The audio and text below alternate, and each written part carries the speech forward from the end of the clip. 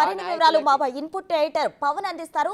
పవన్ చెప్పండి. అయితే రాధాకిషన్ రావు వాంగ్మూలం పత్రం చూస్తుంటే ఇదంతా బీఆర్ఎస్ కోసమే చేసినట్లు స్పష్టమవుతుంది కదా, మరి టాస్క్ ఫోర్స్ చేయాల్సిన పనులేంటి, చేసిన పనులేంటి? రాధాకిషన్ రావు తన పోలీస్ కస్టడీలో సంచలన విషయాలను వెల్లడించారు. ఏ రకంగా అక్రమాలకు పాల్పడింది ఆయన స్వయంగా ఒప్పుకున్నారు. దానికి సంబంధించిన కన్ఫెషన్ రిపోర్ట్ ప్రస్తుతం బిగ్ టీవీ ఎక్స్క్లూజివ్గా చూపిస్తుంది. ఇందులో రాధాకిషన్ రావు వెల్లడించిన అనేక సంచలన విషయాలు ఉన్నాయి. టాస్క్ ఫోర్స్ ఓఎస్డీగా ఏ రకంగా అధికార దుర్వినియోగానికి పాల్పడింది, బీఆర్ఎస్ పార్టీ బలోపేతం చేయడానికే అటు ప్రభాకర్ రావుతో కలిసి ఎలాంటి కుట్రలు పన్నింది అంతా కూడా చాలా స్పష్టంగా ఆయన తన వాంగ్మూలంలో రాధాకిషన్ రావు వివరించారు. దానికి సంబంధించిన వివరాలను ఒకసారి చూద్దాం. ఆయన పలువురు ఇన్స్పెక్టర్లను ఈ టాస్క్లో వాడుకున్నట్లుగా తెలుస్తుంది. ఎప్పటి నుంచో ప్రతిపక్ష పార్టీ నేతలతో పాటు విపక్ష పార్టీ నేతలు, సొంత పార్టీ నేతలపైన కూడా నిఘా పెట్టారు. ఆ నిఘా పెట్టి వాళ్ళని భయభ్రాంతులకు గురి చేశారు. ఎవరెవరైతే అటు రాజకీయ పార్టీకి, అటు బీఆర్ఎస్ పార్టీకి వ్యతిరేకంగా గలమెత్తుతున్నారో వాళ్ళందరినీ అంచివేయడం కోసమే ప్రత్యేకంగా ఒక టీంని ఏర్పాటు చేసుకున్నాం.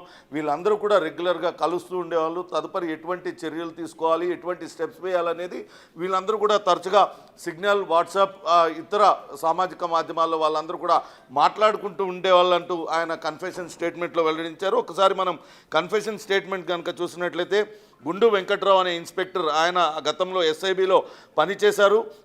ఆయన చాలా స్పష్టంగా ఆయన ఇచ్చిన వాంగ్మూలంలో పేర్కొన్నారు. తనను అనాథరైజ్డ్ సర్వైలెన్స్ కోసం వాడుకున్నారు. ప్రభాకర్ రావు ఆదేశాల మేరకే తాము అనేక మంది ప్రైవేట్ వ్యక్తుల పైన తాము నిఘా పెట్టామని ఆయన విషయాన్ని ఆయన వెల్లడించాడు. గుండు వెంకట్రావు ఇన్స్పెక్టర్ ఆఫ్ పోలీస్, ఆయన గతంలో ఎస్ఐబిలో పనిచేశారు. ప్రణీత్ రావు కోఆర్డినేట్ చేసేవాడు. ప్రణీత్ రావు సర్వైలెన్స్ పెట్టి అక్కడ జరిగే విషయాలన్నీ చెప్పేవాళ్ళు. రాధాకిషన్ రావు వెంటనే యాక్షన్లో దిగేవాళ్ళు. అక్కడ ఇతర జిల్లాల్లో ఉన్న నేతలతో కోఆర్డినేట్ చేసుకొని అటు ప్రతిపక్ష పార్టీల నేతలకు, విపక్ష పార్టీల నేతలకు సంబంధించిన డబ్బుల్ని పట్టుకునే వాళ్ళం, execution of tax of Caesar of cash అంటూ చెప్పారు. అంటే వీళ్ళ ఆదేశాల మేరకే అక్కడ జిల్లాలలో తాము డబ్బు పట్టుకున్నామంటూ చెప్పారు. మరో ముఖ్యమైన వ్యక్తి టాస్క్ ఫోర్స్లో సుదీర్ఘకాలం ఎస్ఐగా, ఇన్స్పెక్టర్గా చేశారు, శ్రీకాంత్ అనే వ్యక్తి. ఆయన రాధాకిషన్ రావు ఆదేశాల మేరకు అక్కడ ఫీల్డ్ స్టాఫ్కి అసిస్ట్ చేసేవాడు. ఆయన పెద్ద ఎత్తున నగదు పట్టుకున్నారనే విషయాన్ని కూడా ఆయన కూడా వెల్లడించాడు. అదర్ పార్టీస్, పొలిటికల్ పార్టీస్ అంటే బీఆర్ఎస్ కాకుండా ఇతర పొలిటికల్ పార్టీస్కి చెందిన డబ్బులన్నింటినీ కూడా పట్టుకున్నారు. దాదాపుగా 8 సందర్భాలలో ఇలా పెద్ద మొత్తంలో డబ్బును సీజ్ చేశానంటూ ఆయన కూడా వాంగ్మూలం ఇచ్చాడు. ఇక సాయి కిరణ్ అనే ఎస్ఐ టాస్క్ ఫోర్స్లో పనిచేశారు. ఆయన రాధాకిషన్ రావు ఆదేశాల మేరకు నగదును అటు ట్రాన్స్పోర్ట్ చేయడంలో కీలకంగా వ్యవహరించారు. ఆయనకు ఆ ప్రభుత్వ వాహనాలలో డబ్బులు నింపేసి ఆ టాస్క్ ఫోర్స్ పోలీసులు వినియోగించుకోవడానికి కేటాయించబడిన ప్రభుత్వ వాహనాలలో డబ్బులు నింపి ఆ డబ్బులన్నింటినీ కూడా దివ్యచరణ్, రిటైర్డ్ ఎస్పీ, ఆయనకు Shivacharan Reddy, Charan partner and associate of Venkatramareddy, ప్రస్తుతం మెదక్ పార్లమెంటు స్థానం నుంచి పోటీ చేస్తున్న వెంకట్రామరెడ్డికి సన్నిహితుడు, ఆయన పార్ట్నర్ అయిన శివచరణ్ రెడ్డి, అలానే దివ్యచరణ్ రావు, వీళ్ళ దగ్గర నుంచి డబ్బులు తీసుకొని వివిధ ప్రాంతాలకు తరలించే వాళ్ళు అనేది చాలా స్పష్టంగా ఆయన కూడా చెప్పడం జరిగింది. ఇక A4 అంటే రాధాకిషన్ రావు ఈ కేసులో A4 నిందితుడిగా ఉన్నాడు. ఆయన స్వచ్ఛందంగా ఆయన ఒప్పుకున్నారు. ఆ మధ్యవర్తుల సమక్షంలో ఆయన ఒప్పుకున్నారంటూ చెప్పారు. Voluntarily confessed before mediators about the crimes he committed, అంటే తాను చేసిన నేరాలన్నింటినీ కూడా ఆయన అంగీకరించారు. అటు ఒక పథకం ప్రకారమే కుట్రపూరితంగా తాము ప్రైవేట్ వ్యక్తుల వాళ్ళ వ్యక్తిగత జీవితాల్లోకి చొరపడ్డాము, వాళ్ళ కొంచెం సమాజంలో పలుకుబడి కలిగిన వ్యక్తులు, రాజకీయంగా మంచి ఉన్నత స్థానాలలో ఉన్న వ్యక్తులు, బిజినెస్ మెన్స్, వాళ్ళందరిపైన నిఘా పెట్టాము. వాళ్ళందరినీ కూడా ఈ అధికారం ఏదైతే పోలీసులు వినియోగించాల్సిన టెక్నాలజీని అంతా కూడా ఈ ప్రైవేట్ వ్యక్తులపైన నిఘా పెట్టడానికే తాము నిఘా పెట్టామంటూ ఆయన కూడా ఒప్పుకోవడం జరిగింది. 2014లో అటు కేసీఆర్ ప్రభుత్వం, బీఆర్ఎస్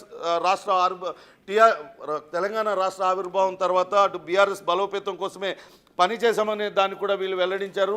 2014లో తెలంగాణ రాష్ట్రం ఏర్పడిన తర్వాత అటు టీఆర్ఎస్ సర్కార్ ఏర్పడిన తర్వాత ప్రభాకర్ రావును ఇంటెలిజెన్స్ డిపార్ట్మెంట్కి ఆయనను చీఫ్గా సెలెక్ట్ చేశారు. కేవలం కుల ప్రాతిపదికనే ఆ సెలెక్షన్ జరిగిందనేది కూడా ఆయన తన వాంగ్మూలంలో పేర్కొన్నారు. 2016లో ఆయన డీజీగా ఆయన ప్రమోషన్ వచ్చింది. అప్పటి నుంచి కూడా ఆయన కొంతమందిని ఏరి కోరి అందులోకి ఎస్ఐబిలోకి లేకపోతే ఇంటెలిజెన్స్లోకి తీసుకొచ్చారు.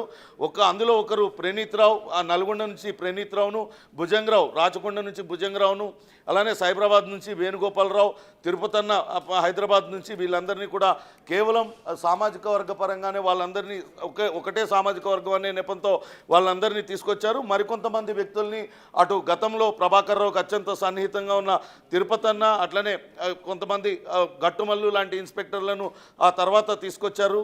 ఇదంతా కూడా కేవలం బీఆర్ఎస్ పార్టీకి మేలు చేయడం కోసమే ఈ టీంని ఏర్పాటు చేశారని చెప్తున్నారు.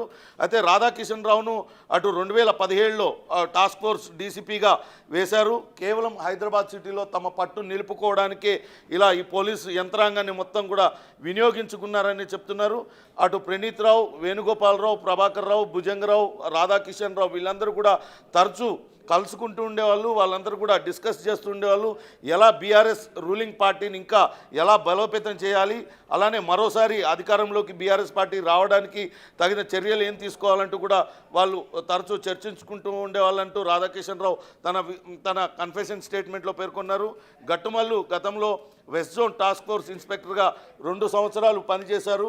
ఆయనను తర్వాత ప్రభాకర్ రావు ఆయనను కూడా ఎస్ఐబిలోకి తీసుకున్నారు. ఎందుకంటే అక్కడ సోషల్ మీడియాలో ఎవరెవరు మాట్లాడుకుంటున్నారో వాటిలన్నిటిపైన నిఘా వేయడానికి గట్టుమల్లుని వాడుకున్నారు అనే విషయాన్ని కూడా ఇందులో చాలా స్పష్టంగా పేర్కొన్నారు.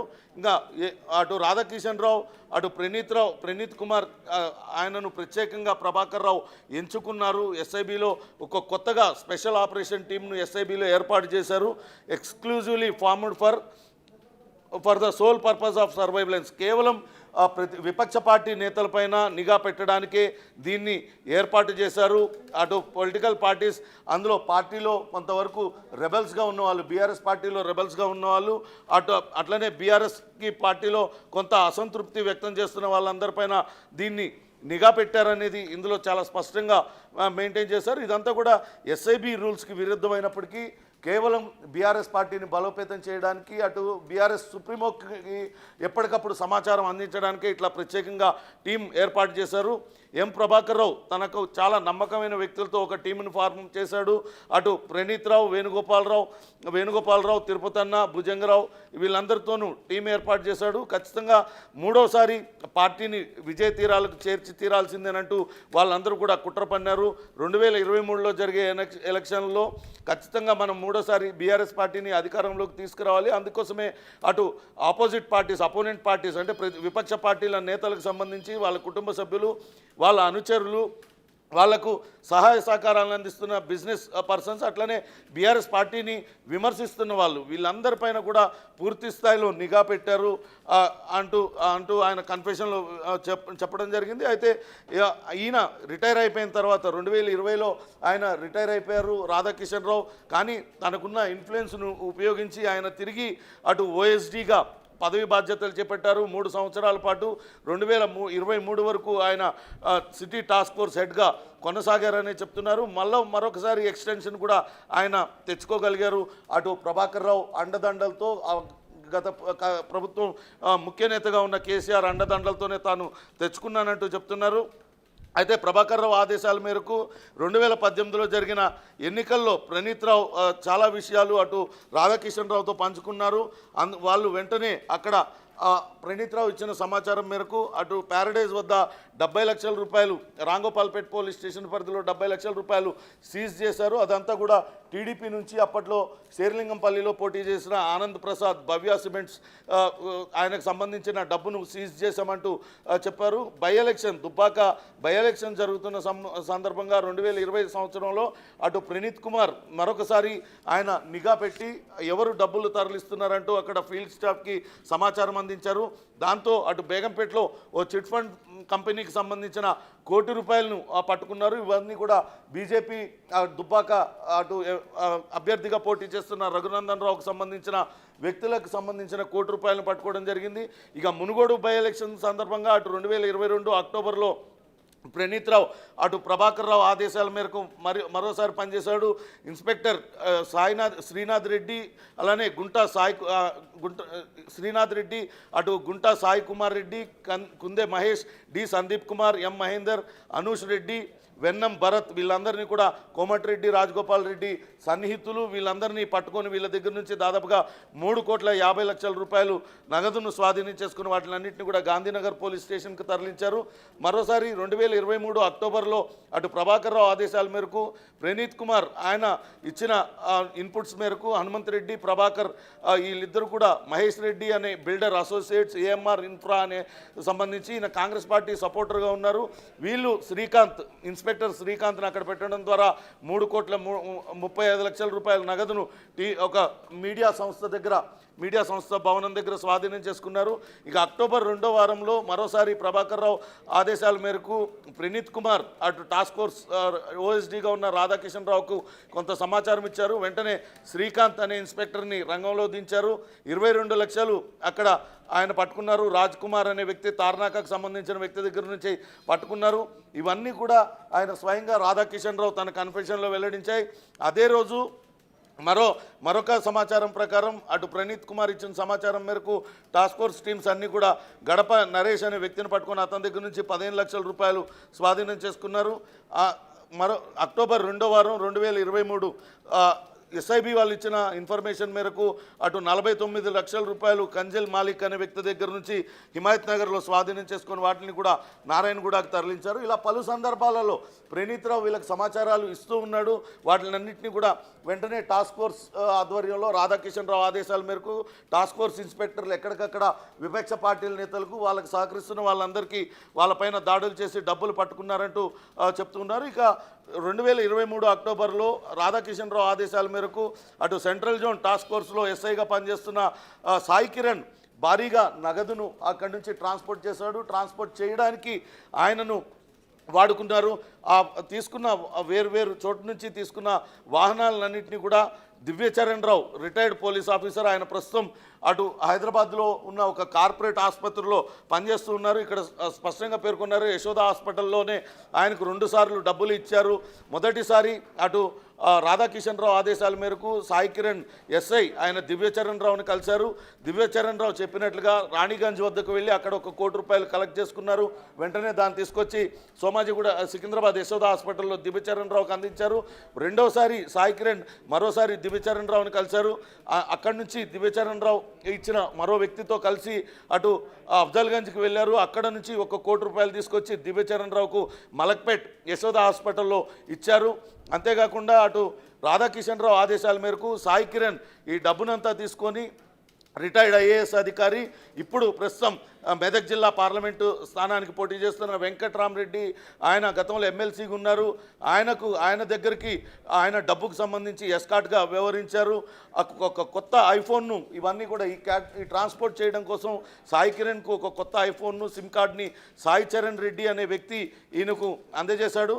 వెంకట్రామరెడ్డి ఆయన సోదరులు ఏదైతే రాజపుష్ప కన్స్ట్రక్షన్స్ ఉన్నాయో అక్కడి నుంచి వెంకట్రామరెడ్డి రాధాకిషన్ రావుకు చిన్ననాటి స్నేహితుడు కావడంతో అతన్ని చెప్పినట్లుగా అతనికి సహాయం చేయడం కోసం అతని సంస్థ నుంచి పెద్ద ఎత్తున డబ్బులన్నింటినీ కూడా అక్కడ నుంచి వేరు ప్రాంతాలకి మొబిలైజ్ చేసాం. వీటిలన్నిటికీ కూడా టాస్క్ ఫోర్స్ వాహనాలు వాడి దాన్ని ఎస్కాట్గా సాయి కిరణ్ని పెట్టారు.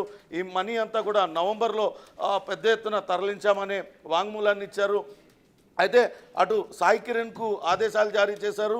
కొత్తగా శివచరణ్ రెడ్డి, ఆయన వెంకట్రామరెడ్డి నైబర్, ఆయనను రాజపుష్ప గ్రీన్ డేల్ విల్లాస్లో కలవాలి తెల్లాపూర్లో అంటూ ఆదేశాలు ఇచ్చారు. వెంటనే సాయి కిరణ్ ఆయనకి కాల్ చేయడంతో కొంత ఆయన నగదు సమకూర్చారు. ఆ డబ్బునంతా తీసుకెళ్ళి వేరే చోట ఇచ్చారు. తెల్లాపూర్లో డబ్బు తీసుకొని శివచరణ్ రెడ్డి అక్కడి నుంచి వేరే చోటకి తీసుకెళ్లారు.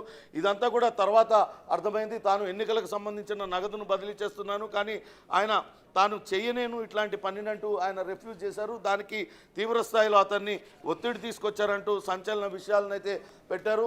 మొత్తం మీద అటు బీఆర్ఎస్ బలోపేతం కోసం వీళ్ళందరూ కూడా కుట్రపూరితంగా వ్యవహరించారు. ప్రభాకర్ రావు ఆదేశాల మేరకే ప్రభాకర్ రావు స్వయంగా కొంతమంది అధికారులని సెలెక్ట్ చేసుకున్నారు. వాళ్ళందరూ కూడా బీఆర్ఎస్కి అనుకూలంగా పనిచేసి 2023 జరిగే ఎన్నికల్లో మరోసారి బీఆర్ఎస్ని అధికారంలోకి తేవడమే లక్ష్యంగా ఎస్ఐబిలో ప్రత్యేకంగా ఒక ఎస్ఓటీని స్పెషల్ ఆపరేషన్స్ టీమ్ ఏర్పాటు చేసి విపక్ష పార్టీల నేతలు వాళ్ళ కుటుంబ సభ్యులు, వాళ్ళకు సన్నిహితంగా ఉండేవాళ్ళు, వాళ్ళకు అటు వెనుక నుంచి లాజిస్టిక్ సపోర్ట్ చేస్తున్న వాళ్ళందరినీ పైన నిఘాలు పెట్టామనే విషయాన్ని ఈయన వెల్లడించారు. అయితే నేరుగా ఇందులో బీఆర్ఎస్ సుప్రీమో అంటూ కేసీఆర్ను ఉద్దేశించి కూడా అటు సంచలన వ్యాఖ్యలను అయితే ఈయన చేశారు.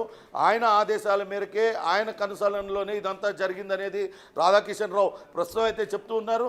ఇంకా ఇందులో మొత్తం వ్యవహారంలో కింగ్ పిన్గా ప్రభాకర్ రావు ఉన్నాడు. ఇప్పటికే పోలీసులు ఆయన పట్టుకొని విచారించడానికి రంగం సిద్ధం చేస్తున్నారు. కానీ విదేశాల్లోనే ఉండి ఆయన ప్రభాకర్ రావు ఇంకా విచారణకు అందుబాటులోకి రాలేదు. ఆయన కనుక అదుపులోకి తీసుకొని విచారించినట్లయితే మరిన్ని విషయాలు బయటపడే అవకాశం ఉంటుంది. ఇప్పుడు రాధాకిషన్ రావు కన్ఫెషన్ స్టేట్మెంట్ ఆధారంగా మరికొంతమంది పోలీసు అధికారులకి నోటీసులు జారీ చేసి వాళ్ళని కూడా విచారించాలని భావిస్తున్నారు. ఇప్పటికే దివ్యచరణ్ రావుకి నోటీసులు ఇచ్చారు. ఆయనను కూడా పిలిచి విచారించాలని భావిస్తున్నారు. ఇంకా మిగతా ఏదైతే నేరుగా ఫీల్డ్లో స్వయంగా పాల్గొన్న టాస్క్ ఫోర్స్ సిబ్బందిని అందరినీ కూడా ఇప్పటికే పిలిపించి వాళ్ళందరి స్టేట్మెంట్స్ కూడా రికార్డ్ చేశారు. వాళ్ళందరూ కూడా చాలా స్పష్టంగా ప్రభాకర్ రావు ఆదేశాల మేరకు, లేకుంటే రాధాకిషన్ రావు ఆదేశాల మేరకే తాము ఈ పనులన్నీ కూడా చేశామంటూ చెప్తూ వస్తున్నారు. ఇప్పటికే రాధాకిషన్ రావు పైన ఈ ఫోన్ ట్యాపింగ్ వ్యవహారమే కాకుండా పలువురిని బెదిరించి బలవంతంగా డబ్బులు తీసుకున్నారన్న ఆరోపణలపైన కూడా కేసులు నమోదయ్యాయి.